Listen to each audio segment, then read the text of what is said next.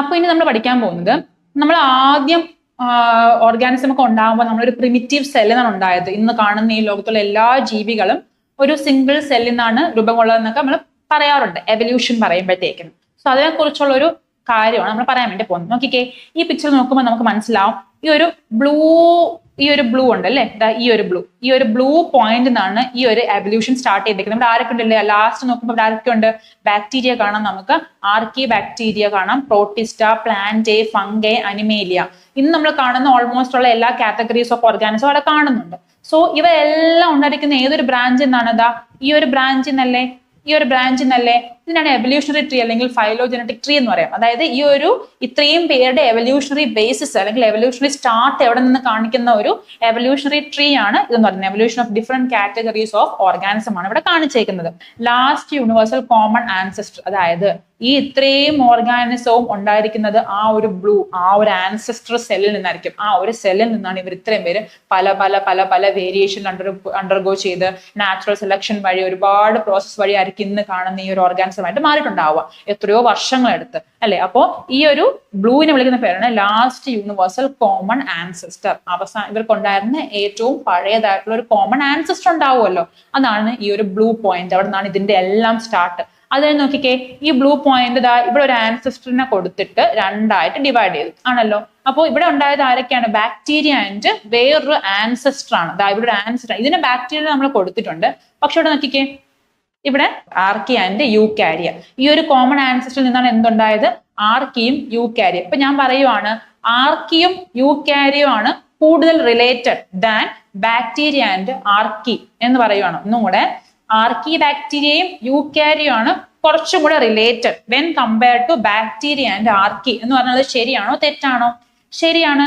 കാരണം നോക്കിക്കേ, ഈ ആർക്കിയെയും യൂകാരിയെയും കണക്ട് ചെയ്യുന്ന ഒരു കോമൺ ആൻസെസ്റ്റർ ഉണ്ടല്ലോ. അപ്പൊ ഇവര് തമ്മിലല്ലേ കൂടുതൽ ബന്ധം ഉണ്ടാവുക. അതേ മറിച്ച് ഇവിടെ നമ്മൾ ബാക്ടീരിയ ആണെങ്കിൽ പിന്നും ഒരു കോമൺ ആൻസെസ്റ്റർ പോയിട്ടാണ് ബാക്ടീരിയ അവിടെ നിന്ന് ഇവോൾവ് ചെയ്തേക്കുന്നത്. സോ ബന്ധം കൂടുതൽ ആർക്കൊക്കെ ആയിരിക്കും? യൂകാരിയയ്ക്കും ആർക്കിക്കും ആയിരിക്കും. ഒന്നുകൂടെ പറയുമ്പോൾ അത് ക്ലിയർ ആവും. നോക്കിക്കേ, ഇനി യൂകാരിയാണ് ആരൊക്കെ ആയിട്ട് ഡിവൈഡ് ചെയ്തിരിക്കുന്നത്? ഇവിടെ ഒരു കോമൺ ആൻസെസ്റ്റർ ഉണ്ട്. ഈ കോമൺ ആൻസെസ്റ്ററിൽ നിന്ന് എന്താക്കി മാറി? പ്രോട്ടിസ്റ്റയായി, പ്ലാന്റയായി. അതുപോലെ എന്താ നോക്കിക്കേ, ഇങ്ങനെ ഒരു കോമൺ ആൻസെസ്റ്റർ ഇവിടെയും കൊടുത്തു. അപ്പൊ ഞാൻ പറയുവാണ്, ഫംഗയും അനിമേലിയയും റിലേറ്റഡ് ആണ് ദാൻ ആനിമൽസ് ആൻഡ് ബാക്ടീരിയ എന്ന് ഞാൻ പറയുവാണ്. അപ്പൊ ആനിമലും ഫംഗയും ആണ് മോർ റിലേറ്റഡ് ബാക്ടീരിയയെ കമ്പയർ ചെയ്യുമ്പോൾ. അത് ശരിയാണോ? ആണ്.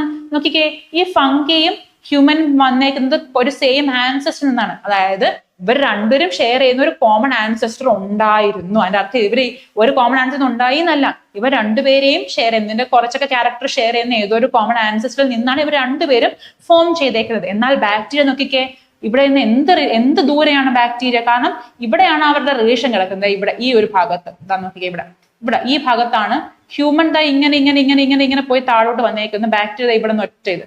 അപ്പോൾ ബാക്ടീരിയ ഡയറക്ട്ലി ഇതിൽ നിന്ന് ഇവോൾവ് ചെയ്ത് വന്നതാണ്. പക്ഷെ ഇവിടെ ഒരുപാട് ആൻസെസ്റ്റർ ഉള്ളത് കൊണ്ട് തന്നെ നമുക്ക് പറയാം അത് എൻറ്റയർലി ഡിഫറെന്റ് ആണ്. നമുക്ക് കുറച്ചുകൂടെ റിലേഷൻ പറയാൻ പറ്റുന്ന എളുപ്പം ഇവിടെയാണ്. ഒരു കോമൺ ആൻസെസ്റ്റർ ഇവർ രണ്ടുപേരായിരിക്കുമ്പോൾ മോർ റിലേറ്റഡ് ആരൊക്കെ ആയിരിക്കും? ഹ്യൂമൻ ബീങ്ങും ഫംഗയും ആയിരിക്കും than bacteria and human being. മനസ്സിലാവുന്നു? അപ്പോൾ ഈ ഓർഗാനിസത്തിന്റെ എവല്യൂഷണറി ബേസിസ് വെച്ച് ഇവരുടെ റിലേഷൻ പറയാൻ പറ്റും, എത്രത്തോളം റിലേറ്റഡ് ആണ് അല്ല എന്ന് പറയാൻ പറ്റുന്ന ഒരു ട്രീ ആണ് അല്ലേ ഇത്. ഇതൊരു ട്രീ പോലെ വരയ്ക്കാൻ പറ്റും. ഇതിനെ ഫൈലോജനറ്റിക് ട്രീ അഥവാ എവല്യൂഷണറി ട്രീ എന്ന് നമുക്ക് വേണമെങ്കിൽ പറയാം. ക്ലിയർ ആണോ പറയുന്നത്? അപ്പോ തിയറീസിൽ നമുക്ക് എവല്യൂഷൻ നടക്കുന്നുണ്ടെന്ന് മനസ്സിലായി. ഇപ്പൊ പ്രിമിറ്റീവ് സെല്ലിൽ നമുക്ക് ഈ ഫോർമേഷൻ എല്ലാം നമ്മൾ ഇന്ന് കാണുന്ന വേരിയസ് ഓർഗാനിസം ഉണ്ടായെന്ന് മനസ്സിലായി. ഇനി ഈ വേരിയേഷൻസ് എല്ലാം എങ്ങനെയാണ്, സ്പീഷീസ് എങ്ങനെ ഫോം ചെയ്തു, കോമൺ ആൻസെസ്റ്റേഴ്സ് എന്തൊക്കെയാണെന്നുള്ള കാര്യം പറയുന്നത്. ഇവിടെ രണ്ട് കാര്യങ്ങൾ പഠിക്കാനുണ്ട്. ഒന്ന് LUCA ആൻഡ് MRCA എന്നുള്ള കാര്യം. LUCA നമ്മൾ ഓൾറെഡി പഠിച്ചു. ഈ കാണുന്ന എല്ലാ ഓർഗാനിസം ഉണ്ടായിരുന്ന ഒരു കോമൺ ആൻസെസ്റ്ററിൽ നിന്നുമാണ്, ഈ ഒരു കോമൺ ആൻസെസ്റ്ററിൽ നിന്നാണ് ഇവരെല്ലാം ഉണ്ടായിരുന്നത്. That is called last universal common ancestor. എന്നാൽ MRCA എന്ന് പറയുമ്പോഴത്തേക്കിന് ആ ആൻസെസ്റ്ററിൽ നിന്നും ഒരുപാട് മുൻഗാമികൾ ഉണ്ടായില്ല. ഇവിടെ ആർക്കിക്ക് മുന്നേ ഒരു മുൻഗാമി ഉണ്ടായി, ഇവിടെ ഒരു മുൻഗാമി ഉണ്ടായിരുന്നു, ഇവിടെ ഒരു ആൻസെസ്റ്റർ ഉണ്ടായിരുന്നു, ഇവിടെ ഒരു ആൻസെസ്റ്റർ ഉണ്ടായിരുന്നു. ഈ ആൻസെസ്റ്ററിൽ നിന്നുമാണ് ഫംഗയും ഹ്യൂമൻ ബീങ്സും അല്ലെങ്കിൽ അനിമേലിയ എന്ന് പറഞ്ഞൊരു ഗ്രൂപ്പ് ഇവോൾവ് ചെയ്തേക്കുന്നത്. സോ നമുക്ക് പറഞ്ഞൂടെ, ഈ ഫംഗയ്ക്കും അനിമേലിയയ്ക്കും ഉള്ളത് മോസ്റ്റ് റീസെന്റ് കോമൺ ആൻസെസ്റ്റർ, ഏറ്റവും അടുത്ത് കാണുന്ന കോമൺ ആൻസെസ്റ്റർ ഈ കാണുന്നതാണെന്ന്, ഈ കാണുന്നതാണ് നമുക്ക് പറഞ്ഞൂടെ, ഈ കാണുന്നത് ഈ കാണുന്നതാണ് നമുക്ക് പറഞ്ഞൂടെ. ദാറ്റ് ഈസ് കോൾഡ് MRCA അഥവാ മോസ്റ്റ് റീസെന്റ് കോമൺ ആൻസെസ്റ്റർ. ഈ രണ്ട് പേര് നിങ്ങൾ മറന്നു പോകരുത്, ഒന്ന് ഓർത്ത് വെച്ചേക്കണം. കോമൺ ആൻസെസ്റ്റർ ആണെങ്കിൽ നമുക്ക് എന്ത് വിളിക്കാം, LUCA എന്നും, റീസെന്റ് ആയിട്ടുള്ള നമുക്ക് തന്നെ MRCA എന്നും വിളിക്കാം. ക്ലിയർ ആണോ പറയുന്നത്?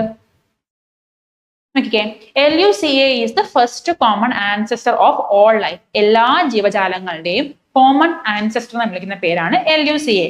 Okay, archaea and eukarya share more recent common ancestor. നമ്മൾ ഈ ഒരു പിക്ചർ നോക്കിക്കേ, ഈ ഒരു ആർക്കിയും യൂക്കാരിയും തമ്മിൽ ഒരു കോമൺ ആൻസെസ്റ്ററിനെ ഷെയർ ചെയ്യുന്നില്ലേ, ദാറ്റ് ഈസ് കോൾഡ് MRCA. അവർ തമ്മിൽ ഷെയർ ചെയ്യുന്ന ഏറ്റവും റീസെന്റ് ആയിട്ട് ഷെയർ ചെയ്യുന്ന ഒരു കോമൺ ആൻസെസ്റ്റർ ആണ് ഈ ഒരു പോയിന്റ് കാണുന്ന ഒരു ഓർഗാനിസം അല്ലെങ്കിൽ ആ ഒരു ancestor. That is called MRCA, most recent common ancestor. അതാണ് അടുത്ത പോയിന്റിലൂടെ പറഞ്ഞേക്കുന്നത്. Archaea and eukarya share more recent common ancestor. എന്താ പറഞ്ഞത്, ഈ ആർക്കിയും യൂക്കാരിയയും ഡെവലപ്പ് ചെയ്തേക്കുന്നത് ഈ കാണുന്ന റീസെന്റ് ആയിട്ട് കാണുന്ന ഒരു കോമൺ ആൻസെസ്റ്ററിൽ നിന്നുമാണ്. അടുത്ത പോയിന്റ് എന്താ, eukarya further splits into protista, plant, fungi, animalia. Eukarya എന്ന് പറയുമ്പോഴത്തേക്കും യൂക്കാരിയോട്ടിക് ആയിട്ടുള്ള ഓർഗാനിസം, അതിനെ ഫർദർ ഡിവൈഡ് ചെയ്തിട്ടുണ്ട്. ആരൊക്കെയാണ്, protista, plant, fungi, animalia. New species arise from common ancestor. എപ്പോഴും ഒരു പുതിയ സ്പീഷീസ് ഉണ്ടാവുമ്പോൾ കോമൺ ആൻസെസ്റ്ററിൽ നിന്നുമായിരിക്കും.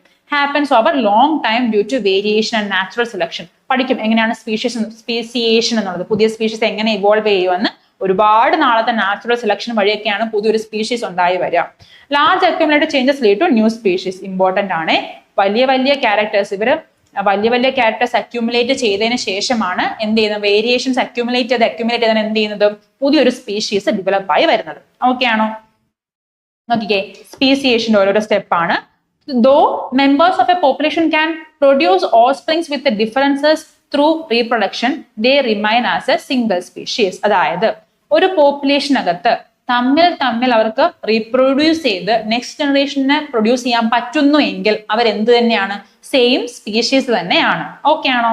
If the members of a population get isolated എന്ന് വെച്ചാൽ ഒറ്റപ്പെടുക, from each other by ecological or other factors, mutation കാരണോ, നാച്ചുറൽ സെലക്ഷൻ കാരണോ, ജനറ്റിക് റീകോമ്പിനേഷൻ കാരണോ ഇവർ ഒറ്റപ്പെടുകയാണെങ്കിൽ several variations might accumulate over time. ഇവർ എങ്ങനെയോ ഒറ്റപ്പെട്ടു പോയി എന്ന് വിചാരിക്കുക. അപ്പോ മെയിൻ പോപ്പുലേഷനിൽ നിന്നും ഒരു ഗ്രൂപ്പ് എങ്ങനെയോ ഒറ്റപ്പെട്ടു പോയി. അത് എന്തൊക്കെ കൊണ്ടാകാം, മ്യൂട്ടേഷൻ കാരണോ അല്ലെങ്കിൽ നാച്ചുറൽ സെലക്ഷൻ കാരണോ എങ്ങനെയോ, അല്ലെങ്കിൽ എന്തെങ്കിലും ഇക്കോളജിക്കൽ ഫാക്ടേഴ്സ് ആണ്. പെട്ടെന്ന് ഒരു മൗണ്ടെയിൻ വന്നു, അതുകൊണ്ട് അവർ ഒറ്റപ്പെട്ടു പോയി. എന്തെങ്കിലും കാരണങ്ങൾ ഒറ്റപ്പെട്ടു പോയി എങ്കിൽ പല ക്യാരക്ടറും വേരിയേഷനും അവരിൽ വന്നു അല്ലെങ്കിൽ അവരിൽ ഒരുപാട് വേരിയേഷൻസ് അക്യുമുലേറ്റ് ചെയ്യാം അങ്ങനെ ഒറ്റപ്പെട്ടു പോയാൽ. When the members of a species become unable to reproduce new offsprings mutually, they will evolve into different species. അതായത് ഈ ഐസൊലേറ്റ് ചെയ്ത് പോയ ഒരു ഗ്രൂപ്പ് ഓഫ് പോപ്പുലേഷൻ, ആ പോപ്പുലേഷനിൽ അവർ എക്സിസ്റ്റ് ചെയ്തിരുന്ന പോപ്പുലേഷനോട്ട് റീപ്രൊഡ്യൂസ് ചെയ്യാൻ പറ്റുന്നില്ല എങ്കിൽ അവരെ ഒരു ന്യൂ സ്പീഷീസ് ആയിട്ട് കൺസിഡർ ചെയ്യാൻ പറ്റും. മനസ്സിലാവുന്നു?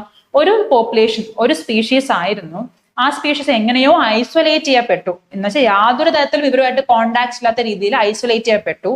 ത്രൂ വേരിയസ് അല്ലെങ്കിൽ നാച്ചുറൽ സെലക്ഷൻ വഴിയൊക്കെ അവരിൽ മ്യൂട്ടേഷൻ വഴിയൊക്കെ വേരിയേഷൻസ് അവരിൽ ഉണ്ടാവുകയും തിരിച്ച് ആക്ച്വൽ പോപ്പുലേഷനിലുമായിട്ട് അവർക്ക് റീപ്രൊഡ്യൂസ് ചെയ്യാൻ പറ്റുന്നില്ല എങ്കിൽ ദേ consider as A new species. ഇങ്ങനെ ഒരു പുതിയ സ്പീഷീസ് ഉണ്ടായി വരാം. ദിസ് ഈസ് കോൾഡ് സ്പീസിയേഷൻ, പുതിയ സ്പീഷീസിന്റെ എവല്യൂഷൻ. ഇതാണ് പറയുന്നത്. അല്ലെങ്കിൽ ഒരു ബേർഡ്സിന്റെ പോപ്പുലേഷൻ എടുത്ത് നോക്കാം. ഒരു ബേർഡ് പോപ്പുലേഷൻ ഉണ്ടായിരുന്നു എന്ന് വിചാരിക്കാം. എന്തെങ്കിലും ഒരു മൗണ്ടെയിൻ, അവരെ നിന്നിരുന്ന ഒരു സ്ഥലത്ത് പെട്ടെന്ന് ഒരു മൗണ്ടെയിൻ ഫോം ചെയ്തു എന്ന് വിചാരിക്കാം. പെട്ടെന്ന് ഒരു ഐസൊലേഷൻ വന്നു. ഒരു പോപ്പുലേഷൻ മൗണ്ടന്റെ അപ്പുറ ഭാഗവും അപ്പുറവും ഇപ്പുറവും ആയി എന്ന് വിചാരിക്കാം. സോ ഒരിടത്ത് വാമർ ചൂട് ക്ലൈമറ്റും ഒരിടത്ത് കോൾഡ് ക്ലൈമറ്റും ആണെന്ന് വിചാരിക്കാം. അപ്പൊ രണ്ടും എക്സ്ട്രീംലി ഡിഫറെന്റ് ക്ലൈമറ്റ് ആണ്. അവർ രണ്ടുപേരും സെപ്പറേറ്റ് ആയി രണ്ടുപേരും എക്സ്പീരിയൻസ് ചെയ്യുന്ന വേരിയസ് ക്ലൈമറ്റ് ആണെന്ന് വിചാരിക്കാം. സോ അവർക്ക് എക്സ്പീരിയൻസ് ചെയ്യുന്ന വേരിയേഷൻസും ഡിഫറെന്റ് രീതിയിലായിരിക്കും. അങ്ങനെ ഒരുപാട് നാളത്തെ വേരിയേഷൻ എല്ലാം അക്യുമുലേറ്റ് ചെയ്ത് വൺസ് ഇവര് റീജോയിൻ ചെയ്യുന്ന സമയത്ത് if they couldn't mate each other or reproduce each other എങ്കിൽ they are considered as new species. Clear ആണോ പറയുന്നത്? This is speciation. ഇതിനാണ് സ്പീസിയേഷൻ എന്ന് വിളിക്കുന്നത്. ക്ലിയർ ആണോ? ഒരു ഫ്ലോ ചാർട്ടിൽ നമുക്ക് അത് ക്ലിയർ ആയിട്ട് മനസ്സിലാവും. ഐസൊലേഷൻ ആദ്യം സംഭവിക്കുന്നു, ഐസൊലേഷൻ, പിന്നെ അതിനുശേഷം അക്യുമുലേഷൻ ഓഫ് വേരിയേഷൻ, വ്യത്യസ്തത അവർ അക്യുമുലേറ്റ് ചെയ്യുന്നു. റീപ്രൊഡക്റ്റീവ് ഐസൊലേഷൻ, തമ്മിൽ റീപ്രൊഡ്യൂസ് ചെയ്യാൻ പറ്റുന്നില്ല. റീപ്രൊഡക്റ്റീവ് വെച്ച് നോക്കുകയാണെങ്കിലും റീപ്രൊഡക്ഷൻ വെച്ച് നോക്കുകയാണെങ്കിൽ അവർ ഐസൊലേറ്റ് ആയി പോയി എന്ന് വിചാരിക്കാം. എങ്കിൽ അവർ they are considers new species ആയിട്ടാണ് കൺസിഡർ ചെയ്യാം. ഓക്കെ ആണോ? ശരി, നമ്മൾ ഇത്രയും നേരം ഡിസ്കസ് ചെയ്ത ഒരു ക്വസ്റ്റ്യൻ പോലെ നമുക്ക് നോക്കാം. Compare LUCA and MRCA. Compare ചെയ്ത് നോക്കാം. LUCA, the earliest common ancestor or ancestor of all living organism on earth. ഈ എർത്തിൽ കാണുന്ന എല്ലാ ഓർഗാനിസത്തിന്റെയും ഒരു കോമൺ പ്രിമിറ്റീവ് ആൻസെസ്റ്റർ കാണും അല്ലെ? That is called LUCA. So it is universal. അതെന്താണ്? എല്ലാവർക്കും കൂടെ ഉള്ളതാണ്, common to all life forms. അതേ മറിച്ച് MRCA ആണെങ്കിലോ the most recent ancestor shared by a specific group of organism. അതായത് മോസ്റ്റ് റീസെന്റ് ആയിട്ട് ഇപ്പൊ നമ്മൾ ആദ്യം പറഞ്ഞില്ലേ, അതിൽ ആർക്കി ആൻഡ് യൂകാരിയ പറഞ്ഞില്ല, അല്ലെങ്കിൽ ഫംഗൈ ആൻഡ് അനിമേലിയ പറഞ്ഞില്ലേ, അത് രണ്ടും എന്താണ്? മോസ്റ്റ് റീസെന്റ് ആയിട്ട് അവർക്കൊരു ആൻസെസ്റ്റർ ഉണ്ട്. That is called MRCA. Clear ആണ്? അടുത്ത് നോക്കിക്കേ, what are the circumstances that lead to the formation of variation in organism. എന്തൊക്കെ നമ്മൾ പറഞ്ഞല്ലോ, ഐസൊലേഷൻ സംഭവിച്ചു കഴിഞ്ഞാൽ വേരിയേഷൻ അക്യുമുലേറ്റ് നമ്മൾ പറഞ്ഞില്ലായിരുന്നു ഒരു സ്പീസിയേഷനിൽ. സോ എന്തൊക്കെയാണ്, എങ്ങനെയൊക്കെയാണ് ഒരു ഓർഗാനിസത്തിൽ വേരിയേഷൻ ഉണ്ടാവുക? നോക്കിക്കേ, മ്യൂട്ടേഷൻ കാരണം ഉണ്ടാവും. മ്യൂട്ടേഷൻ നമ്മൾ ഓൾറെഡി ഡിസ്കസ് ചെയ്ത കാര്യമാണ്. ജനറ്റിക് റീകോമ്പിനേഷൻ, ക്രോസിംഗ് അവർ നമ്മൾ കഴിഞ്ഞ ചാപ്റ്ററിൽ ഡിസ്കസ് ചെയ്ത കാര്യമാണ് റീകോമ്പിനേഷൻ. നാച്ചുറൽ സെലക്ഷൻ, നമ്മൾ ഈ ചാപ്റ്ററിൽ പറഞ്ഞു, നേച്ചർ സപ്പോർട്ട് ചെയ്യുന്ന ക്യാരക്ടേഴ്സ്, നാച്ചുറൽ സെലക്ഷൻ.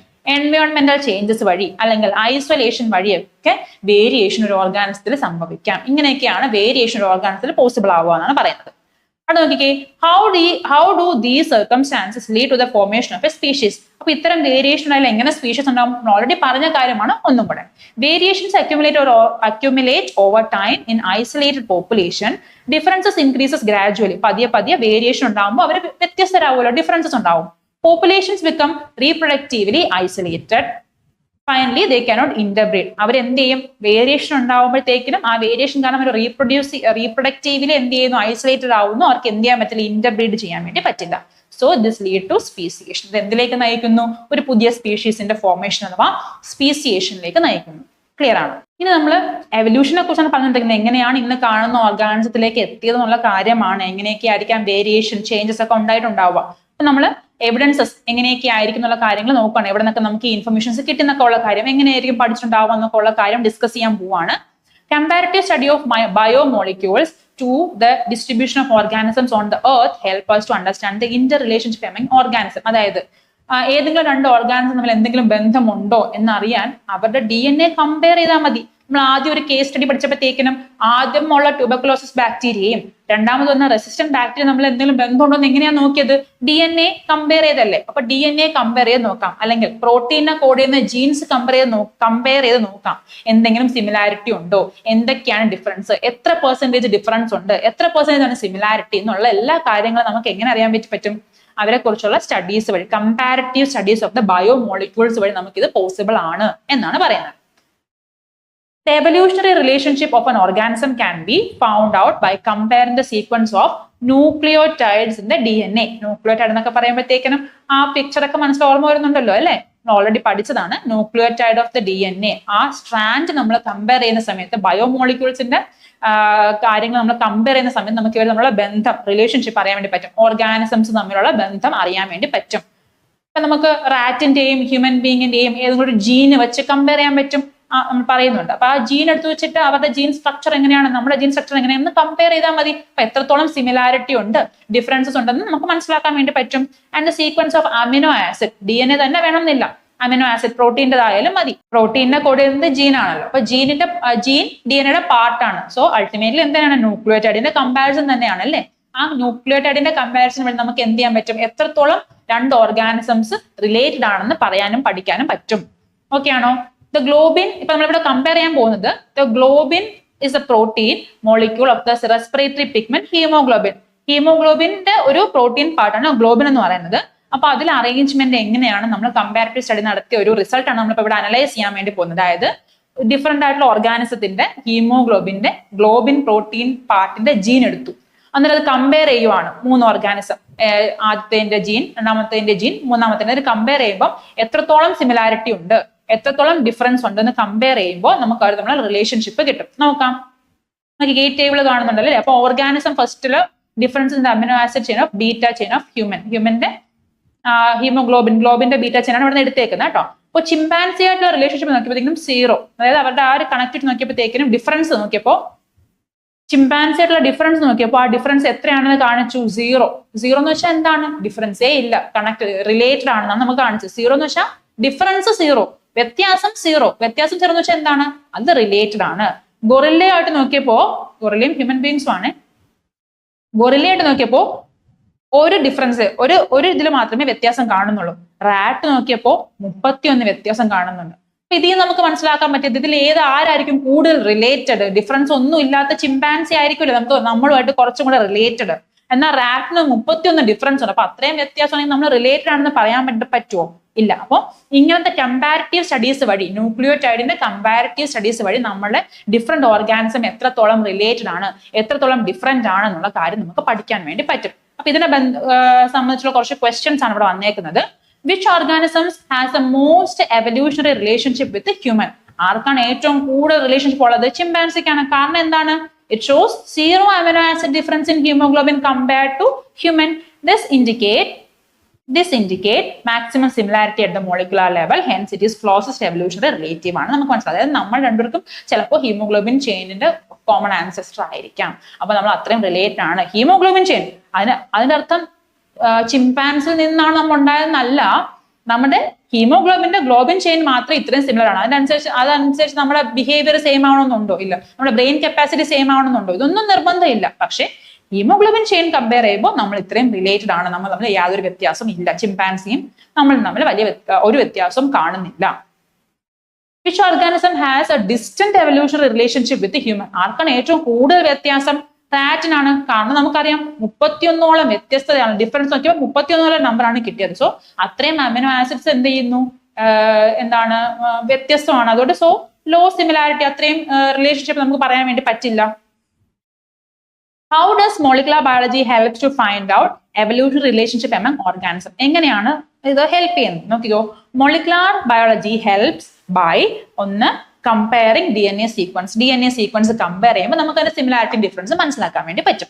അടുത്ത കമ്പയറിംഗ് അമിനോ ആസിഡ് സീക്വൻസ്. രണ്ടാമത്തെ എന്താണ്? അമിനോ ആസിഡ് സീക്വൻസ് ഇതുപോലെ നമുക്ക് എന്ത് ചെയ്യാൻ പറ്റും? കമ്പയർ ചെയ്യാൻ പറ്റും.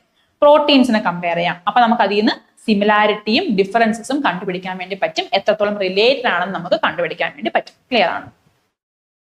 നോക്കിക്കേ, ഇവിടെ DNA സീക്വൻസ് കമ്പയർ ചെയ്യുമ്പോൾ ചിമ്പാൻസി ആയിട്ടാണ് കമ്പയർ ചെയ്തേക്കുന്നത്. ചിമ്പാൻസിയുടെ DNA, ഹ്യൂമന്റെ DNA, ഗൊറില്ലയുടെ DNA, old world monkey, ഇതിന്റെ ഒരു 4 പേരുടെയും കമ്പാരിസൺ ആണ്. ചിമ്പാൻസിയുടെ കമ്പയർ ചെയ്തുകൊണ്ട് ചിമ്പാൻസിയുടെ 100 എടുത്തിട്ടുണ്ട്, 100% എടുത്തിട്ടുണ്ട്. അപ്പൊ ഏറ്റവും റിലേറ്റഡ് ആരാണ് നോക്കിയാൽ ഹ്യൂമൻ ബീങ്സ് ആണ്. ബാക്കി എല്ലാവരും ഇത്രയൊക്കെ ഉള്ളൂ. ഹ്യൂമൻ ബീങ്സ് ആണ് ചിമ്പാൻസി ആയിട്ട് ഏറ്റവും കൂടുതൽ അടുത്ത് നിൽക്കുന്നത്. So they show some similarity. അപ്പൊ അതിന്റെ അർത്ഥം എന്താണ്? നമുക്ക് രണ്ടുപേർക്കും എവിടെയോ ഒരു കോമൺ ആൻസിസ്റ്റർ, ഒരു MRCA ഉണ്ടായിരുന്നില്ല, ഒരു മോസ്റ്റ് റീസെന്റ് ആയിട്ടുള്ള ഒരു കോമൺ ആൻസിസ്റ്റർ ഉണ്ടായിരുന്നിട്ടുണ്ടാവാം എന്നുള്ളതാണ്.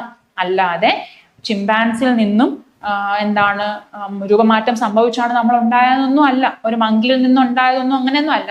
നമുക്ക് രണ്ടുപേർക്കും അല്ലെങ്കിൽ ചിമ്പാൻസിയും ഹ്യൂമൻ ബീങ്സും ഒരു മോസ്റ്റ് കോമൺ ഒരു റീസെന്റ് ആൻസിസ്റ്റർ ഉണ്ടായിരുന്നു. എനിക്ക് ഇത്രയും സിമിലാരിറ്റി കാണിക്കാൻ കാരണം high DNA similarity between human and chimpanzee does not mean human evolved from modern chimpanzee. ഇങ്ങനെ നിങ്ങൾ വിചാരിക്കുകയേ ചെയ്യരുത് ഹ്യൂമൻ ചിമ്പാൻസിൽ നിന്ന് ഇവോൾവ് ചെയ്ത് വന്നാണെന്ന് വിചാരിക്കരുത്.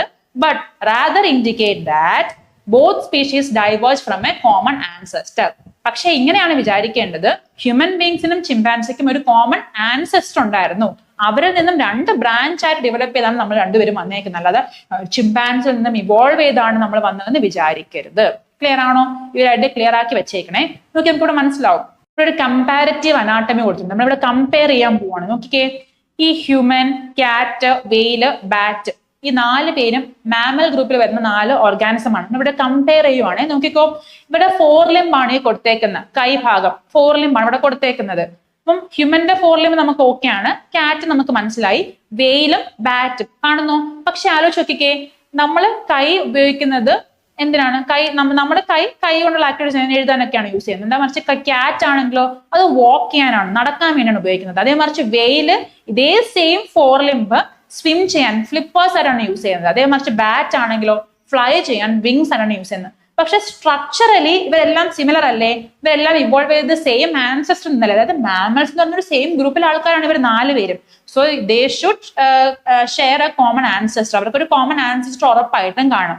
അപ്പൊ ഇവരുടെ 4 ലിംബിന്റെ സ്ട്രക്ചറും അല്ലെങ്കിൽ ഒരു അനാട്ടമി പറയുവാണെങ്കിലും എന്താണ് സിമിലർ ആയിരിക്കും. പക്ഷേ ഫങ്ഷൻ നോക്കിക്കേ, അവരെവിടെയാണോ ജീവിക്കുന്നത് അവരുടെ എൻവയോൺമെന്റ് അനുസരിച്ച് അവർ അഡാപ്റ്റ് ചെയ്ത് അവർ ചെയ്യുന്ന ഫങ്ഷൻ ഡിഫറെന്റ് ആണ്. അപ്പൊ നമുക്ക് കമ്പാരിറ്റീവ് അനാട്ടമി വഴിയും ഒരുപാട് എവല്യൂഷണറി റിലേഷൻഷിപ്പ് പറയാൻ വേണ്ടി പറ്റും. ഇത് നിങ്ങളുടെ ടെക്സ്റ്റ് ബുക്കിൽ പറയുന്നുണ്ട്. അപ്പോൾ ഇത് മനസ്സിലായോ എന്താണെന്നുള്ളത്? ഇതിനെ ഹോമോലോഗസ് സ്ട്രക്ചർ എന്നാ പറയുന്നത്. അതായത് സ്ട്രക്ചറലി സിമിലർ ആണ് എല്ലാവരും. കാരണം മാമ്മൽ എന്ന് പറയുന്ന ഒരു കോമൺ ആൻസസ്റ്ററിൽ നിന്നും ഡെവലപ്പ് ചെയ്ത 4 limbs ആയതുകൊണ്ട് തന്നെ they are structurally similar. Structure base ഇവരെല്ലാം സിമിലർ ആണ്. പക്ഷേ ഇവര് ജീവിക്കുന്ന ചുറ്റുപാട് വ്യത്യസ്തമാണ്. വെയിൽ എവിടെയാണ്? കടലിലാണ്. ബാറ്റ് ഫ്ലൈ ചെയ്യുവാണ്. അപ്പൊ ജീവിക്കുന്ന എൻവയോൺമെന്റ് അനുസരിച്ച് ഇവര് എന്ത് ചെയ്തിട്ടുണ്ട്? അഡാപ്റ്റഡ് ആയിട്ടുണ്ട്. സോ അവർ ഇത് യൂസ് ചെയ്യുന്നത് അതിന്റെ ഫംഗ്ഷൻ വേറെ വേറെയാണ്. So these are called homologous structures എന്ന് വിളിക്കും. ഇതുവഴി നമുക്ക് റിലേഷൻഷിപ്പ് മനസ്സിലാക്കാൻ പറ്റും. കാരണം പറക്കുന്ന ബാറ്റിന്റെ ഇതും നമ്മുടെ ഫോണിൽ കമ്പയർ ചെയ്യുമ്പോൾ സ്ട്രക്ചറലി സിമിലർ ആണ്. അപ്പൊ നമുക്ക് പറയാം ബാറ്റും ഹ്യൂമൻ ബീങ്സും ഒരു കോമൺ ആൻസിസ്റ്ററിൽ നിന്നുണ്ടായതാണ് നമുക്ക് പറയാം. കമ്പാരിറ്റീവ് സ്റ്റഡി നടത്താം, കമ്പയർ ചെയ്യാം. മനസ്സിലാവുന്നു? അപ്പൊ എവല്യൂഷനെ കമ്പയർ ചെയ്യാൻ നമുക്ക് മോളിക്കുലർ വഴി നമുക്ക് കമ്പയർ ചെയ്യാം, അല്ലെങ്കിൽ നമുക്ക് ഇതുപോലത്തെ സ്ട്രക്ചർ വെച്ച് അല്ലെങ്കിൽ കമ്പാരിറ്റീവ് അനാട്ടമി വെച്ച് നമുക്ക് ഇത് ചെയ്യാം, കമ്പയർ ചെയ്യാം. നമുക്ക് അതിന്റെ റിലേഷൻഷിപ്പ് പറയാൻ വേണ്ടി പറ്റും. ക്ലിയർ ആണോ?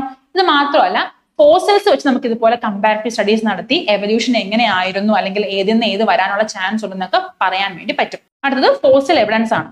ഫോസിൽ എവിഡൻസ് നമുക്ക് നോക്കാം. ടെക്സ്റ്റിലുള്ള സെയിം ഇലിസ്ട്രേഷൻ ആണ് കൊടുത്തേക്കുന്നത്. ആദ്യത്തെ എന്താ കൊടുത്തേക്കെന്ന് അറിയാമോ? Organic evolution is a gradual process. The ancestors of horses had shorter legs than ones in out times. So ഇതിൽ പറയുന്നത് the ancestor of the horses, നമ്മൾ ഇന്ന് കാണുന്ന ഹോഴ്സിനെക്കാളും കുറച്ചുകൂടെ ഷോർട്ടർ ലെഗ്സ് ഉള്ള ആൻസസ്റ്റേഴ്സ് ആർക്കുണ്ടായിരുന്നു? ഹോഴ്സിനുണ്ടായിരുന്നു. അപ്പൊ ഈ ഒരു ഫോസിൽ കിട്ടിയപ്പോഴാണ് നമുക്ക് ആ ഒരു സ്റ്റഡി കമ്പാരിറ്റീവ് സ്റ്റഡി നടത്താൻ വേണ്ടി പറ്റിയത്. സോ ഫോസിൽസും എന്തിനു ഹെൽപ്പ് ചെയ്യുന്നുണ്ട്? കമ്പാരിറ്റീവ് സ്റ്റഡീസിന് ഹെൽപ്പ് ചെയ്യുന്നുണ്ടെന്നാണ് പറയുന്നത്. അവിടെ നോക്കിക്കേ, ആർക്കിയോപ്റ്റെറിക്സ് എന്ന് പറയുന്ന ഒരു ജീവിയുടെ ഫോസിലാണ് കൊടുത്തേക്കുന്നത്. Fossil which are connecting link reveal that evolution relationship between organism. ഇത് കാണിച്ചേക്കുന്നത് റെപ്റ്റൈലിന്റെയും ബേർഡ്സ് ഉണ്ടെന്ന ഒരു കണക്ടിംഗ് ലിങ്ക് ആയിട്ടാണ് നമുക്ക് ആർക്കിയോപ്റ്റെറിക്സിന്റെ ഫോസിൽ കിട്ടിയപ്പോൾ അതിന്റെ സ്റ്റഡീസ് ഇന്ന് മനസ്സിലായത്. ക്ലിയർ ആണോ? അപ്പൊ ഫോസിലും എന്തിനു ഹെൽപ്പ് ചെയ്യുന്നുണ്ട്? കിട്ടുന്ന ഫോസിൽസിന്റെ സ്റ്റഡി നടത്തിയാൽ നമുക്ക് കമ്പാരിറ്റീവ് ഇത് ഇങ്ങനെയാണ് എന്നുള്ള ഒരു കൺക്ലൂഷനിൽ എത്താൻ വേണ്ടി പറ്റും. അടുത്തത് ഡൈനോസോർ അല്ലെങ്കിൽ വേറൊരു ഫോസിലാണ്. It is proven that many species have become extinct and were living on earth in the past. അതായത് ഒരുപാട് ജീവികൾ ഇന്നില്ല. കാരണം പെട്ടെന്നുണ്ടായ എൻവയോൺമെന്റൽ സാഹചര്യം അഡാപ്റ്റ് ചെയ്യാൻ പറ്റാതെ പല ജീവികളും നമ്മുടെ ലോകത്തു നിന്ന് പോയിട്ടുണ്ട്. ഇങ്ങനെയുള്ള ജീവികളൊക്കെ ഉണ്ടായിരുന്നു എന്ന് മനസ്സിലാക്കാൻ നമുക്ക് ഫോസിൽ സ്റ്റഡി നടത്താം. എക്സാമ്പിൾ മാമത്തും ഡിനോസേഴ്സും എക്സാമ്പിൾ ആണ്. ഇത്തരം ജീവികൾ ജീവിച്ചിരുന്നു. പെട്ടെന്നുണ്ടായ ഒരു ഒരു ആസ്ട്രോയിഡിന്റെ ഒരു അറ്റാക്ക് കാരണമാണ് ആ ഒരു എൻവയോൺമെന്റ് ഡിനോസേഴ്സിന് എന്ത് ചെയ്യാൻ പറ്റില്ല? അഡാപ്റ്റ് ചെയ്യാൻ പറ്റില്ല. പെട്ടെന്നുണ്ടായ ഒരു ചേഞ്ച് ആണ്. ആ ഒരു പെട്ടെന്നുണ്ടായ ഒരു ചേഞ്ച് അക്സെപ്റ്റ് ചെയ്യാൻ ഡിനോസേഴ്സിന് സമയം കിട്ടുന്നതിന് മുന്നേ ഒരു എന്തായി പോവാണ്? എക്സ്റ്റിങ്ക്റ്റ് ആയി പോവാണ്. അപ്പൊ ഇത്തരം ജീവികൾ ഉണ്ടായിരുന്നു എന്ന് മനസ്സിലാക്കാൻ നമുക്ക് ഇതുപോലത്തെ കമ്പാരിറ്റീവ് സ്റ്റഡീസ് അല്ലെങ്കിൽ ഫോസിൽ സ്റ്റഡീസ് വഴി സാധിക്കുന്നു എന്നാണ് പറയുന്നത്. ക്ലിയർ ആണ്? Fossils are the preserved remains, traces or imprints of ancient organism. അവരുടെ ബാക്കി പത്രങ്ങളോ അല്ലെങ്കിൽ അവരുടെ ഇംപ്രിന്റുകളോ ട്രേസസോ ഒക്കെ ആയിരിക്കും പണ്ട് ജീവിച്ചിരുന്ന ഏൻഷ്യന്റ് ഓർഗാനിസത്തിന്റെ. പ്ലാന്റ്സ് ആകാം, അത് അനിമൽസ് ആകാം, അല്ലെങ്കിൽ ഈവൻ മൈക്രോബ്സ് വരെ ആകാം. ഫ്രം മില്യൺ ഇയേഴ്സ് ആകും, ഒരുപാട് നാൾക്ക് മുന്നുള്ള ഇംപ്രിന്റ്സ് ആയിരിക്കും നമുക്ക് കിട്ടുക. Typically found in sedimentary rocks എന്നായിരിക്കും. സെഡിമെന്ററി റോക്കിൽ നിന്നാണ് നമുക്ക് ഇത്തരം ഫോസിൽസ് കിട്ടുക. They provide direct evidences for evolution by showing that life forms have changed gradually. നമുക്ക് മനസ്സിലാവും പെട്ടെന്നുണ്ടായ ഒരു ചേഞ്ചേ അല്ല, ഗ്രാജുവലി ഒരുപാട് ജീവികൾ വന്നു പോയി അല്ലെങ്കിൽ അത്രയും നാളെടുത്തുണ്ടായ ചേഞ്ചസ്, വേരിയേഷൻസ് ഒക്കെ കാരണമാണ് പുതിയൊരു സ്പീഷീസ് ഇവോൾവ് ആയി വരുന്നുള്ള കാര്യങ്ങൾ നമുക്ക് എന്ത് ചെയ്യാൻ പറ്റും? മനസ്സിലാക്കാൻ വേണ്ടി പറ്റും. ഏത് വഴി? നമുക്ക് ഫോസിൽ റെക്കോർഡ്സ് അല്ലെങ്കിൽ ഫോസിലിന്റെ സ്റ്റഡീസ് വഴി നമുക്ക് സാധിക്കുന്നു എന്നാണ് പറയുന്നത്. So over time revealing transitional species and documenting the extinction of species ഉണ്ടായിരുന്നു, എക്സ്റ്റിങ്ക്റ്റ് ആയി പോയതാണ്, കണക്ടിംഗ് ലിങ്ക് ഉണ്ടായിരുന്നു, ആർക്കിയോപ്റ്റെറിക്സ് ആണ് എന്നൊക്കെ ഉള്ള കാര്യങ്ങൾ നമുക്ക് ഫോസിലിന്റെ സ്റ്റഡീസ് വഴി മനസ്സിലാക്കാൻ വേണ്ടി സാധിക്കും. നോക്കാം, 2-3 ക്വസ്റ്റ്യൻസ് നോക്കാം. Human evolution is a prolonged process that continues for a very long time. What would have been the changes that have happened to human during this period? ഇപ്പൊ ഹ്യൂമൻ എവല്യൂഷൻ എന്ന് പറയുമ്പോഴത്തേക്കിനും ഒരുപാട് നാളെടുക്കുമല്ലോ. നമ്മൾ പെട്ടെന്ന് നമുക്ക് വേരിയേഷൻ ഒന്നും കാണാൻ വേണ്ടി പറ്റില്ല. നമ്മൾ ചോദിക്കും എന്ത് ഇത്ര നാളായിട്ട് ഹ്യൂമൻ വേരിയേഷൻ ഒന്നും ഉണ്ടാവുന്നില്ലല്ലോ, നമുക്ക് കാണാൻ പറ്റുന്നില്ലല്ലോ, എന്താണ് എവല്യൂഷൻ, മനുഷ്യരിൽ എവല്യൂഷൻ കാണുന്നത് നമുക്ക് കാണാൻ പറ്റാത്തത് എന്താണെന്നൊക്കെ നമുക്ക് വേണമെങ്കിൽ ചിന്തിക്കാം.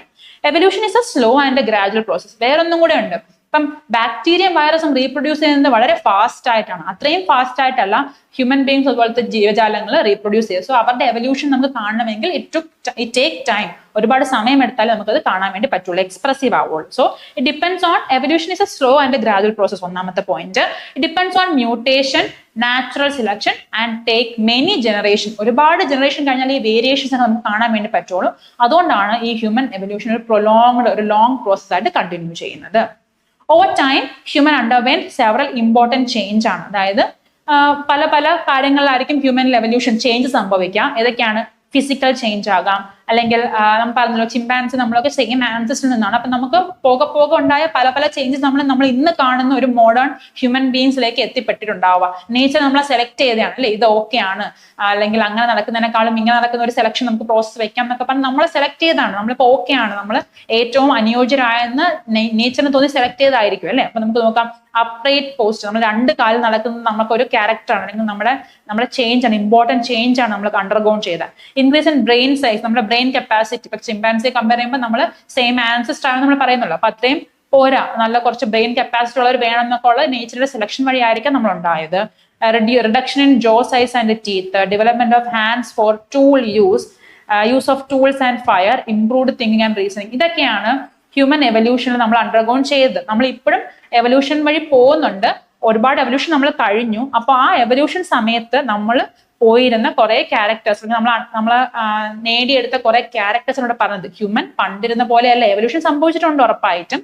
അതിൽ നമ്മൾ അണ്ടർഗോ ചെയ്ത് ചില ചേഞ്ചസ് ആണ് പറഞ്ഞേക്കുന്നത്. എന്തൊക്കെയാണ്? ഫിസിക്കൽ ആയിട്ടുള്ള ചേഞ്ചസ് ഉണ്ടായി, നമ്മൾ രണ്ട് കാലിൽ നടക്കുന്നു എന്നുള്ളത്, നമ്മുടെ ബ്രെയിൻ സൈസ് കൂടി എന്നുള്ളത്, ജോയുടെ സൈസും ടീത്തും ഒക്കെ മാറി കുറഞ്ഞു എന്നുള്ളത്, ടൂൾസ് യൂസ് ചെയ്യാൻ നമ്മൾ ഹാൻഡ് ഡെവലപ്പ് ചെയ്തു എന്നുള്ളത്, അതുപോലെ ടൂൾസും ഫയറും ഒക്കെ യൂസ് ചെയ്യാൻ പഠിച്ചത്, ഇംപ്രൂവ്ഡ് തിങ്കിങ് ആൻഡ് റീസണിങ്, ഇത് ഇന്നത് കൊണ്ടാകാം എന്നുള്ള ചിന്തയൊക്കെ നമ്മുടെ ഒരു എവല്യൂഷൻ പ്രോസസ് വഴി കിട്ടിയതാണ് എന്നാണ് പറയുന്നത്. Why is human evolution still taking long time? Already പറഞ്ഞതാണ്, evolution is still happening, ഇപ്പോൾ നടക്കുന്നുണ്ട്, but slowly, because human have less natural selection pressure. Humans have less natural selection pressure. ഇന്ന് നമ്മൾ എവല്യൂഷൻ ഒരു നാച്ചുറൽ പ്രോസസ് ആണ്, പക്ഷെ നമ്മൾ അതിനോട് സമ്മതിക്കുന്നുണ്ടോ? ഇല്ല. നമ്മൾ ഇത്രയും തിങ്കിങ് കപ്പാസിറ്റി ഉള്ളത് കൊണ്ട് നമ്മൾ അതിനെല്ലാം മരുന്ന് കണ്ടുപിടിക്കുകയും, അല്ലെങ്കിൽ മെഡിസിന്റെ ഒക്കെ അഡ്വെന്റ് കാരണം, അല്ലെങ്കിൽ അതിന്റെയൊക്കെ ഉപയോഗം കാരണം നമ്മൾ ഇതിനെയൊക്കെ എന്ത് ചെയ്യുന്നുണ്ട്, കുറെയൊക്കെ ഓവർകം ചെയ്യുന്നുണ്ട്. സോ എവല്യൂഷൻ പിന്നും സ്ലോ ഡൗൺ ചെയ്യും. സെലക്ഷൻ പ്രോസസ് നമ്മൾ അണ്ടർഗോ ചെയ്യുന്നില്ല, നമ്മൾ അതിനെതിരെ മരുന്നുകളും അതൊക്കെ കണ്ടുപിടിക്കുവാണല്ലോ, ടെക്നോളജീസ് ഒക്കെ കാരണം.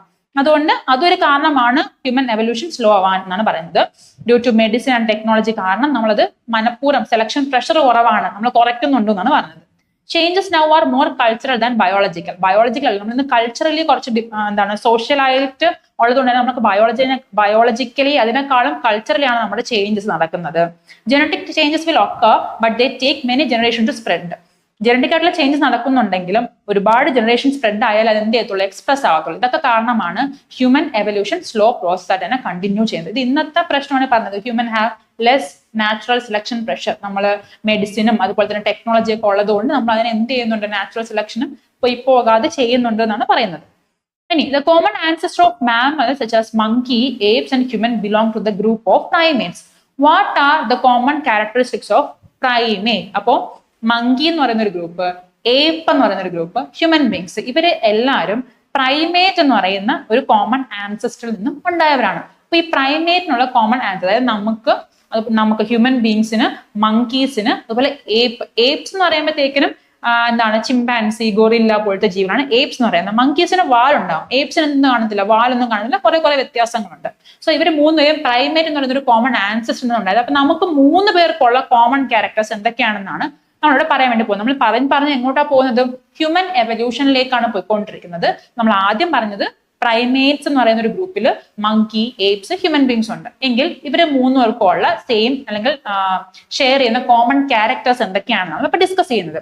Okay, the thumb that can be opposed to other fingers. Thumb നമുക്ക് എല്ലാ ഫിംഗേഴ്സിനെയും ഒപ്പോസ് ചെയ്ത് പിടിക്കാൻ പറ്റും. അത് നമ്മുടെ ഈ ഒരു 3 ഗ്രൂപ്പിനുള്ള ക്യാരക്ടറാണ്. ബൈനോക്കുലർ വിഷൻ, 2 കണ്ണും അറ്റ് എ ടൈം ഒരു പോയിന്റിലേക്ക് കോൺസെൻട്രേറ്റ് ചെയ്യുന്ന binocular vision. Large well developed brain, വലുതായതും ബ്രെയിൻ ഡെവലപ്മെന്റ് കൂടുതലാണ്. സോഷ്യൽ ബിഹേവിയർ, സൊസൈറ്റി ആയിട്ട് ഒരു ഗ്രൂപ്പായിട്ടൊക്കെ ജീവിക്കാനുള്ള കപ്പാസിറ്റി നമുക്ക് കൂടുതലാണ്.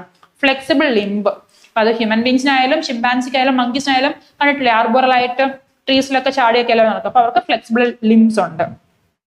ഹൈ ഇന്റലിജൻസ്, ചിന്തിക്കും അല്ലെ.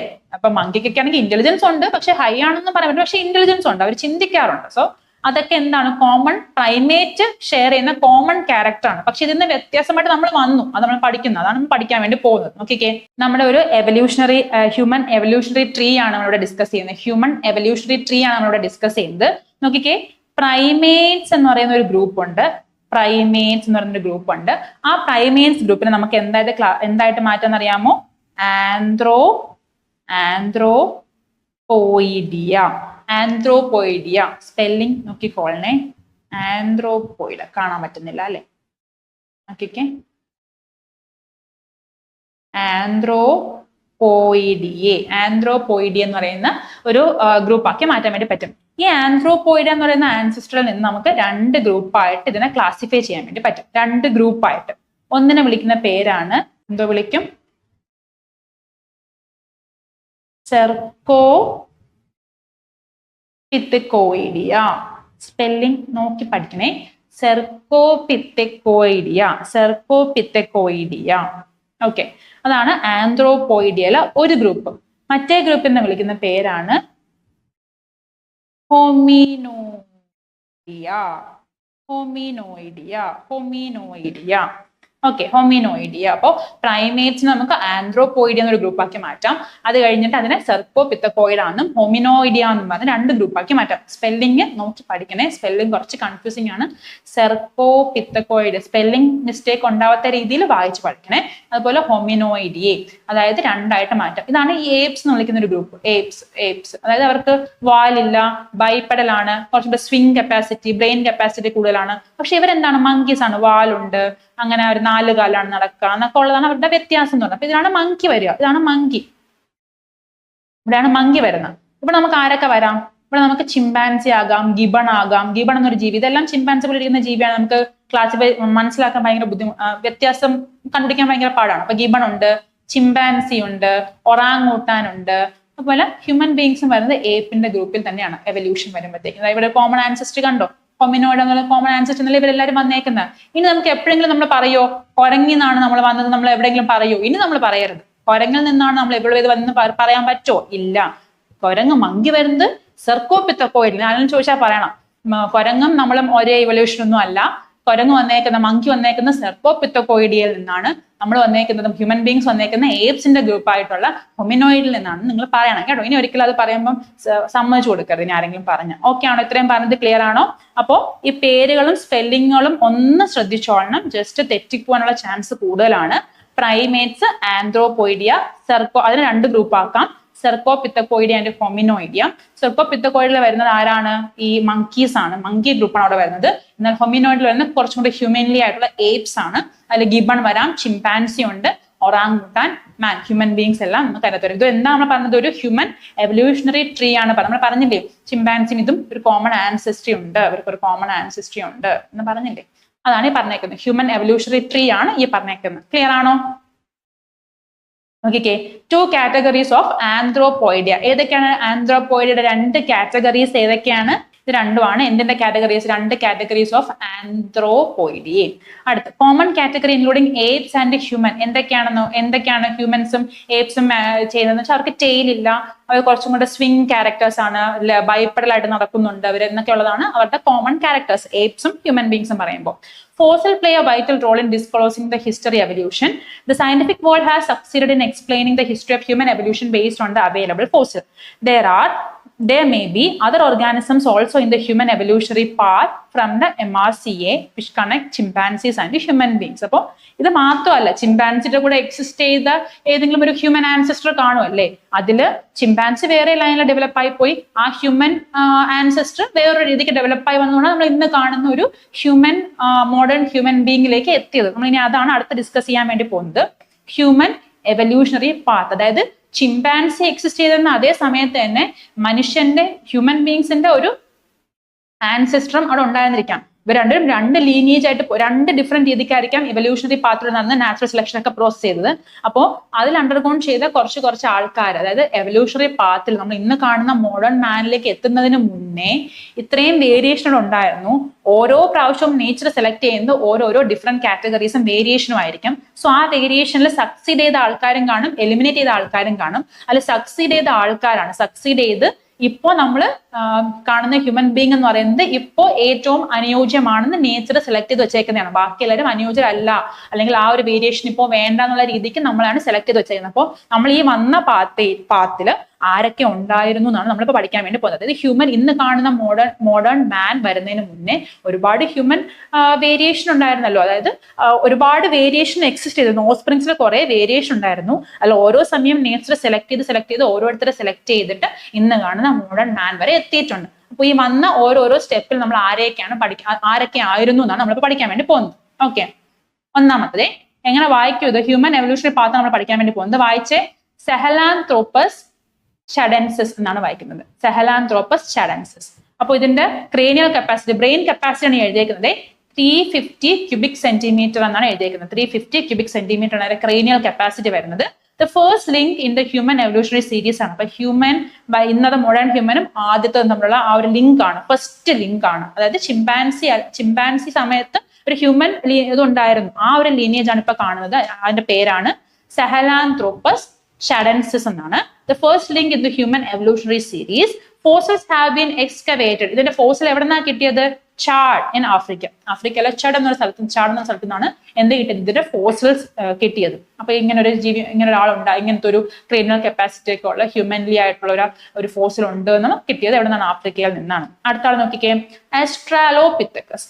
ആസ്ട്രാലോപിത്തക്കസ് ആണ്. അതിന്റെ ക്രേനിയൽ കപ്പാസിറ്റി കുറച്ചുകൂടെ വലുതായല്ലേ? നേരത്തെ 350 ആയിരുന്നു, ഇപ്പൊ എത്രയായി? 450 ക്യൂബിക് സെന്റിമീറ്റർ ആയിട്ട് കൂടിയിട്ടുണ്ട്. ഇപ്പൊ അതിന്റെ ക്രേനിയൽ കപ്പാസിറ്റി എത്രയായിട്ട് മാറിയിട്ടുണ്ട്? 450 സെന്റിമീറ്റർ ക്യൂബ് ആയിട്ട് മാറിയിട്ടുണ്ട്. Almost complete fossils of organisms to this group have been from Africa.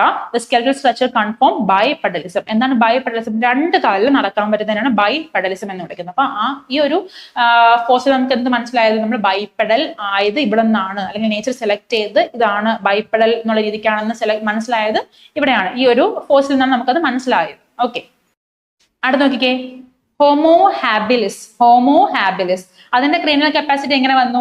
600 cubic centimetre ആണ്. അപ്പോൾ 350 അതിനേക്കാളും കൂടി 450 ആയി. ഇതായി ഇപ്പൊ 600 സെന്റിമീറ്റർ ക്യൂബ് അല്ലെങ്കിൽ ക്യൂബിക് സെന്റിമീറ്റർ ആണ്. ഫോസിൽസ് ഒപ്റ്റൻഡ് ഫ്രം ആഫ്രിക്കയിൽ നിന്നാണ് ഈ 3 പേരെയും കിട്ടി. ഈ 3 ഫോസിൽ നിന്നും കിട്ടിയിരിക്കുന്നത്. ലാർജ് സ്കള്ളാണ്. ഇവർക്ക് എന്തുണ്ട്? ലാർജ് സ്കള്ളുണ്ട്. അതുപോലെ made tools with stones and hand. കുറച്ച് ഇന്റലിജന്റ് ചിന്തിച്ചു തുടങ്ങി. ഹാൻഡ്സ് സ്റ്റോൺസ് ഒക്കെ വെച്ചിട്ട് എന്ത് ചെയ്യാൻ, ടൂൾസ് ഒക്കെ മേഡ് ചെയ്യാൻ വേണ്ടി തുടങ്ങി. ലിവ്ഡ് ഇൻ സ്മോൾ ഗ്രൂപ്പായിട്ട് ജീവിച്ചു തുടങ്ങിയെന്ന് ഇത് മനസ്സിലാക്കാൻ സാധിച്ചു. And began hunting. ഇപ്പം ഹ്യൂമൻലി ആയിട്ട് വന്നുകൊണ്ടിരിക്കുവാണ് അല്ലേ? അപ്പോൾ ഹോമോ ഹാബിലിസ് ആണ് അടുത്തത്. അപ്പം ആരൊക്കെയായിരുന്നു പറഞ്ഞത്? സെഹലാൻത്രോപ്പസ് ചഡൻസിസ് പറഞ്ഞു, പിന്നെന്താണ്? ആസ്ട്രാലോപിത്തക്കസ് പറഞ്ഞു, ഇപ്പൊ ഹോമോ ഹാബിലിസ് പറഞ്ഞു. അടുത്ത് നോക്കാം, ഹോമോ ഇറക്ടസ്. അതിന്റെ ക്രേനിയൽ കപ്പാസിറ്റി എത്ര തന്നെയാണ്? 900 സെന്റിമീറ്റർ ക്യൂബ് ആണ് ക്രേനിയൽ കപ്പാസിറ്റി വരുന്നത്. Fossils are obtained from Africa, Asia and Europe. They were able to walk upright. അവർക്ക് നിവർന്ന് നടക്കാൻ വേണ്ടി കപ്പാസിറ്റി ഉണ്ടായിരുന്നു മനസ്സിലായി, ഫോസിൽ സ്റ്റഡീസ് എന്ന് മനസ്സിലായി. ആൻഡ് ലാർജ് ഫോർഹെഡ്, നെറ്റി കുറച്ച് വലുതായിരുന്നു. ഓംനിവോറസ്, രണ്ടും കഴിക്കുന്ന ആൾക്കാരായിരുന്നു. അതായത് ഫ്ലഷ് ഈറ്റിങ്ങും എന്താണ് പ്ലാന്റ് ഈറ്റിംഗ് ആയിരുന്നു. Used excellent stone weapons for hunting നടക്കാൻ മാത്രമല്ല എക്സലന്റ് സ്റ്റോൺ ടൂൾസ് അവർ ഉപയോഗിച്ചിരുന്നു. ആരാണ്? ഹോമോ ഇറക്ടസ് എന്ന് പറയുന്ന ഹ്യൂമൻ എവല്യൂഷനിൽ ഈ ഒരു സ്റ്റേജിൽ. ഓക്കെ ആണോ? അടുത്ത് ഹോമോ നിയാണ്ടർ താലൻസിസ് ആണ്. ഇവിടുത്തെ കപ്പാസിറ്റി നോക്കിക്കേ, 1450 ക്യൂബിക് സെന്റിമീറ്റർ ഇവിടുത്തെ ക്രേനിയൽ കപ്പാസിറ്റി എന്ന് പറയുന്നത്. So contemporaries to modern man. അപ്പൊ ഇന്ന് കാണുന്ന മോഡേൺ മാനെ സെലക്ട് ചെയ്യുന്ന സമയത്ത് അവിടെ ആരും ഉണ്ടായിരുന്നു? നിയാണ്ടർ താലൻസിസും ഉണ്ടായിരുന്നു. പക്ഷെ നേച്ചർ സെലക്ട് ചെയ്തത് ആരെയാണ്? ഏത് വേരിയേഷൻ ആണ്? മോഡേൺ മാന്റെ വേരിയേഷൻ ആണ്. ക്ലിയർ ആണോ? അപ്പൊ ഇവരുടെ കപ്പാസിറ്റി എത്രയായിരുന്നു? 1450. നല്ലോണം സൈസ് കൂടിയിട്ടുണ്ട്, ക്രേനിയൽ കപ്പാസിറ്റി കൂടിയിട്ടുണ്ട്. Fossils have been found from Germany. ജർമ്മനിലാണ് ഇതിന്റെ ഫോസിൽസ് കിട്ടിയത്. ആൻഡ് സ്മോൾ സ്ലോപ്പിംഗ് ഫോർഹെഡ്, ചരിഞ്ഞ ഒരു ഫോർഹെഡ് ഒരു രീതിയാണ് ഇവർക്ക് ഉണ്ടായിരുന്നത്.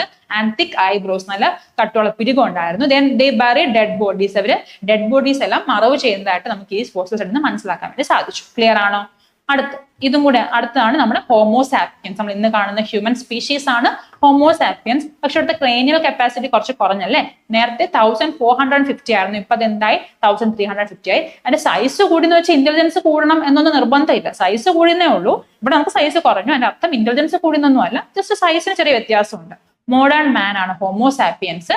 ദേ acquired technology and agricultural methods ആണ്. അവർ കുറച്ചും കൂടെ ടെക്നോളജി പരമായിട്ടും അഗ്രികൾച്ചർ മെത്തേഡ്സ് ഒക്കെ കൂടുതൽ ഫോളോ ചെയ്തിരുന്നു. ദ ഡൊമസ്റ്റിക്കേറ്റ് ആനിമൽസിനെല്ലാം ഡൊമസ്റ്റിക്കേറ്റ് ചെയ്യുന്നു. And build cities. നമ്മൾ സിവിലൈസേഷൻസ് ഒക്കെ നമ്മൾ ഇത്തരം ചേഞ്ചസ് പഠിക്കാറുണ്ട് അല്ലേ? അതുപോലെ they are culturally most evolve category. അവർ സാംസ്കാരികപരമായിട്ട് കൾച്ചറിൽ നമ്മൾ നോക്കുകയാണെങ്കിൽ കുറച്ച് നല്ലോണം ഇവോൾവ് ചെയ്ത് ഒരു മോഡേൺ ഇന്ന് കാണുന്ന ഒരു സൊസൈറ്റൽ ലൈഫ് ലീഡ് ചെയ്യാൻ പറ്റുന്ന രീതിക്ക് അവർ ഇവോൾവ് ചെയ്ത് വന്നു എന്നാണ് പറഞ്ഞേക്കുന്നത്. അപ്പൊ ഇത്രയാണ് ഹ്യൂമൻ എവല്യൂഷണറി പാത്തിലേക്ക് പറഞ്ഞു വരേണ്ട കാര്യങ്ങൾ. അപ്പോൾ നമ്മളിന്ന് സ്റ്റാർട്ട് ചെയ്തത് എന്താണ് Lamarckism, Darwinism, changes, antibiotic resistant bacteria ആണ് സ്റ്റാർട്ട് ചെയ്തത്. ലാമാർക്കിസം പറഞ്ഞു, ഡാർവിനിസം പറഞ്ഞു, പിന്നെ എവല്യൂഷണറി ചേഞ്ചസ് ആണ് പറഞ്ഞുകൊണ്ടിരുന്നത്. അത് എങ്ങനെയൊക്കെ നമുക്ക് സ്റ്റഡി ചെയ്യാമെന്ന് പറഞ്ഞു, ഫോസിൽസിനെ കുറിച്ച് പറഞ്ഞു. ഫോസിൽ സ്റ്റഡി വെച്ച് നമ്മുടെ ഹ്യൂമൻ എവല്യൂഷൻ വരെ പറഞ്ഞു നിർത്തിയിരിക്കുവാണ്. ശരി, ഇത് കഴിയുമ്പോൾ ടെക്സ്റ്റ് ബുക്കിൽ ടേബിൾ 2.2 നമ്മൾ ഇത്രയും വായിച്ചതിനെ പറ്റി ഒരു ഹ്യൂമൻ എവല്യൂഷണറി പാത്തിനെ വെച്ചിട്ട് ഒരു ടേബിൾ കൊടുത്തിട്ടുണ്ട്. അതൊന്ന് സ്വന്തമായിട്ട് എഴുതാൻ പറ്റുന്നതേ ഉള്ളൂ. ഇതേ ക്യാരക്ടേഴ്സ് തന്നെയാണ് പറഞ്ഞേക്കുന്നത്. സോ അതൊന്ന് ട്രൈ ഔട്ട് ചെയ്യണം കേട്ടോ, എഴുതാൻ വേണ്ടി ഒന്ന് ട്രൈ ചെയ്യണം. അപ്പൊ ഇതുവരെ പഠിപ്പിച്ചത് മനസ്സിലായെന്ന് വിചാരിക്കും.